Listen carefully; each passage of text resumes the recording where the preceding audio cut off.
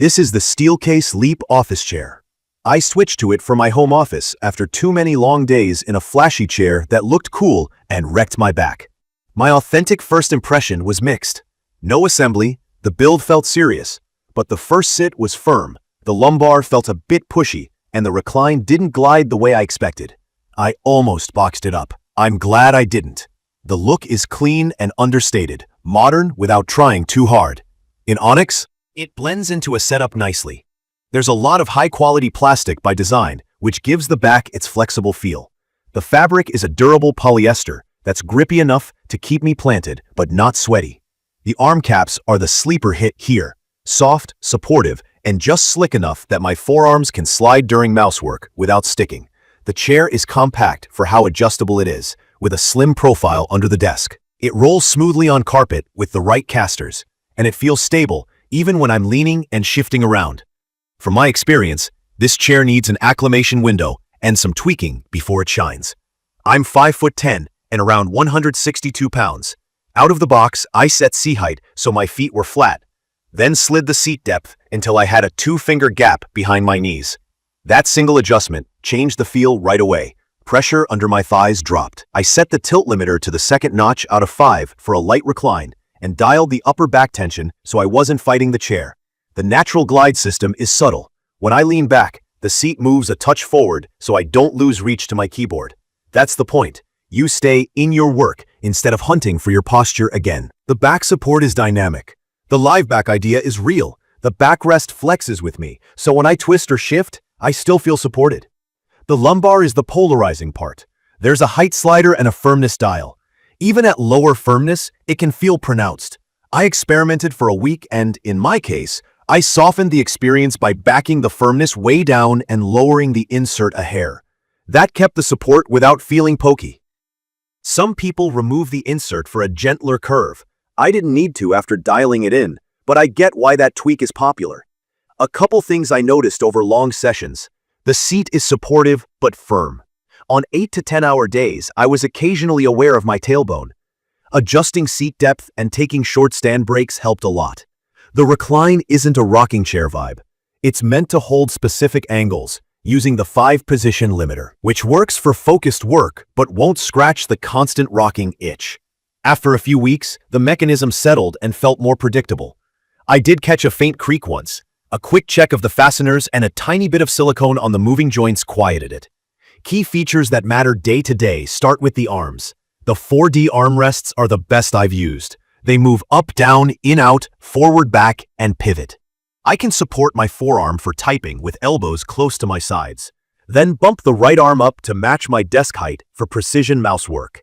The caps have this perfect give. No hard edge, no sweaty rubber feel, and they don't feel cold like some gel types. The seat depth slider is underrated. It's the difference between thigh pressure and all-day comfort, especially if you're not average height. The tilt limiter is clutch for productivity. I lock into a slight recline for writing, deeper for reading, and upright for calls.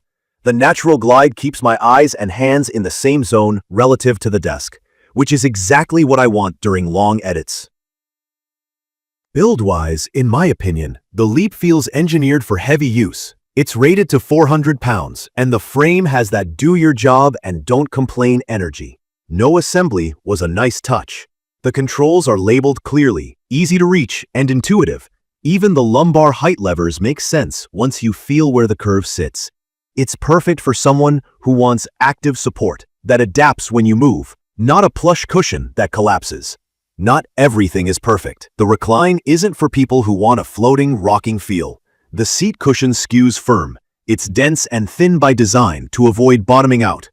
If you prefer a pillowy seat, you might feel it after a few hours. The lumbar can be assertive until you tune it. There's an optional headrest out there. Based on how this back moves, I'd skip it. The back is meant to flex, and the simple headrest doesn't track your posture. Seat height goes up to about 20.5 inches. Seat depth is roughly 18.75 inches, and there are 5 recline stop positions.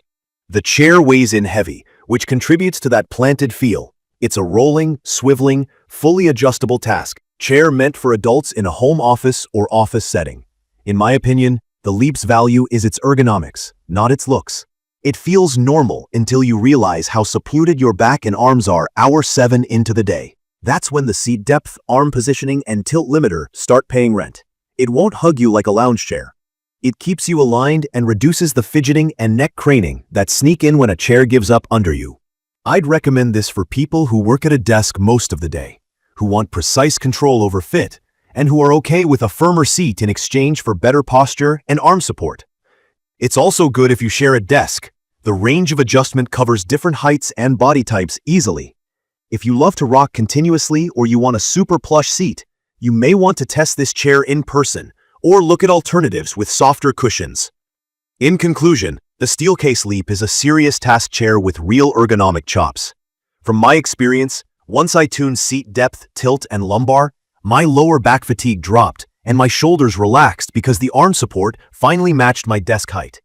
Key features like the live back, natural glide, 4D arms, and the 5-stop recline limiter make daily work easier and more consistent. It's perfect for focused work where you need support that follows you. It's not trying to impress with flash. It's trying to make 8 hours feel like 6. If this video helped, please subscribe and drop your questions or your own experience in the comments. Thank you for watching.